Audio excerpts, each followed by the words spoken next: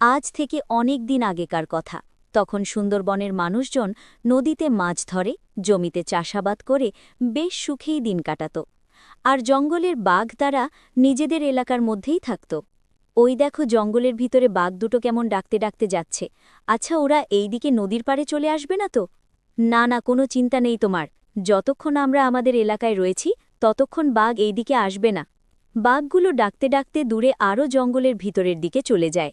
এদিকে মাধবী ও গৌতম নদী থেকে কাঁকড়া ধরে তারপর বাড়ির দিকে রওনা দেয়। আজ আমরা অনেকগুলো কাঁকড়া পেয়েছি, তুমি সবগুলো হাটে বেচে দিয়ে এসো, কেমন? ধুর ধুর, সবগুলো আবার বেচে লাকি? বাড়ি ফিরে কড়া করে কাঁকড়ার ঝাল রাঁধবে, তা দিয়ে গরম গরম ভাত একেবারে জমে যাবে। আচ্ছা ঠিক আছে ঠিক আছে, তাই হবে। এমনভাবেই কাটতে থাকে সুন্দরবনের মানুষদের জীবনযাপন। কিন্তু এই শান্তি আর বেশি দিন তাদের কপালে সইল না।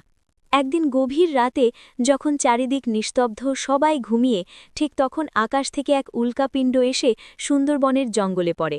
কই গো, শুনছ? কই গো, শোনোই না? এত রাতে তোমার আবার কি হলো? ডাকাডাকি করছো কেন? বলে ওই আওয়াজটা তুমি শুনলে কি? জোরে একটা আওয়াজ হলো, যেন শত শত বাজি ফাটার আওয়াজ।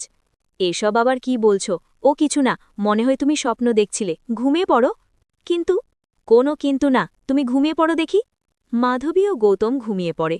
পরের দিন সকাল হতেই গ্রামের লোকজনদের মুখে কাল রাতের সেই বিকট শব্দের ব্যাপারে কানাঘোষা শুরু হয়। হ্যাঁ, আর বলিসনি, আমিও তো আওয়াজটা শুনে চমকে উঠেছিলাম। বাবারে বাবা, সে কি জোরে আওয়াজ! আমাদের লোকটাও তো একেবারে ভয় পেয়ে গিয়েছিল। আমিও তার মানে ভুল কিছু শুনিনি। এমন সময় জঙ্গলের দিক থেকে রহিম দৌড়তে দৌড়তে আসে। ও রহিম ভাই, রহিম ভাই, এইদিকে, আমি চায়ের দোকানে, এইদিকে আসো। কি হলো মিয়া, এত হাঁপাতে হাঁপাতে জঙ্গলের দিক থেকে দৌড়ে আসছ? হে আল্লাহ, সবাইকে রক্ষা করো, সবাইকে রক্ষা করো। আরে কি হয়েছে বল, তুই ভূত দেখলি নাকি?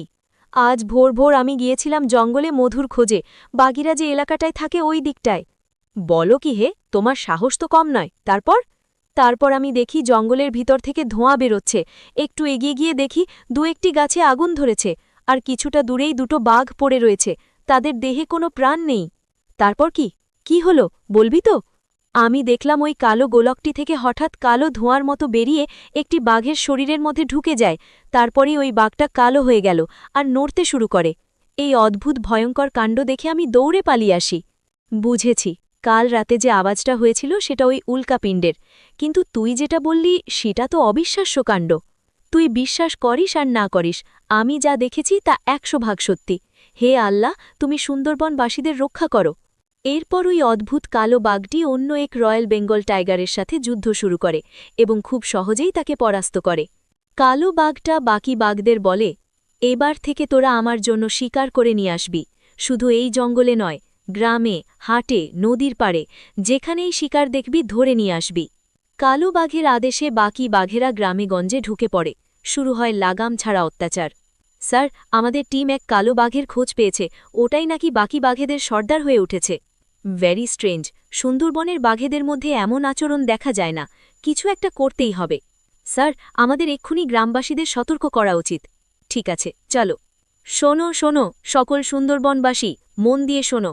জঙ্গলের কোনো অংশই এখন আর নিরাপদ নয়। বিশেষ করে এক কালো বাঘ দেখা গেছে, সে বড়ই ভয়ঙ্কর। তার মানে রহিম যা দেখেছিল তা সত্যি? আমাদের ফরেস্ট অফিসারদের সব জানাতে হবে। তারপর রহিম সব ঘটনা খুলে বলে। তার মানে উল্কাপিণ্ড থেকে আসা বহির্জগতের কোনো জীব ওই বাঘটার মধ্যে প্রবেশ করেছে। স্যার, কোনো না কোনো উপায়ে আমাদের ওই কালো বাঘটাকে হারাতেই হবে, কিন্তু কিভাবে? যা বাঘের মতো, কিন্তু বাঘের থেকেও শক্তিশালী, সিংহ। একমাত্র সিংহই বাঘকে হারাতে পারে।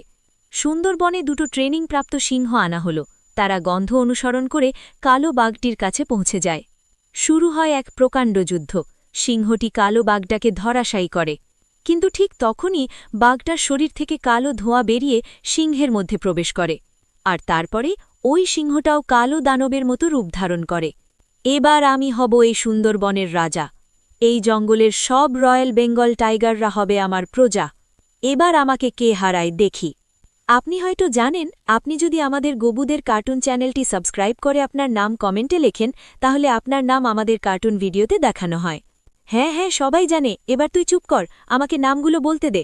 আজকের লাকি ড্রয়ে যে নামগুলি হল মাহির, সানি, বাঁধন, পুষ্পিতা, সাহিবা, নুসরাত, আলিফ, অর্পা, মেহরুন, সোবান, ইমরান, নীরব, পায়েল, জিহাদ, টুয়া। কার্টুন ভিডিওতে আপনার নাম দেখতে চাইলে শুধু নাম লিখলে হবে না, আমাদের গবুদের চ্যানেলটি এক্ষুনি সাবস্ক্রাইব করে নিন আর স্ক্রিনের উপরে আসা পরবর্তী ভিডিওটি চালিয়ে সেখানেও আপনার নাম কমেন্ট করতে পারেন। আজকের আমাদের এই গল্প এখানেই শেষ হলো। দেখা হচ্ছে পরবর্তী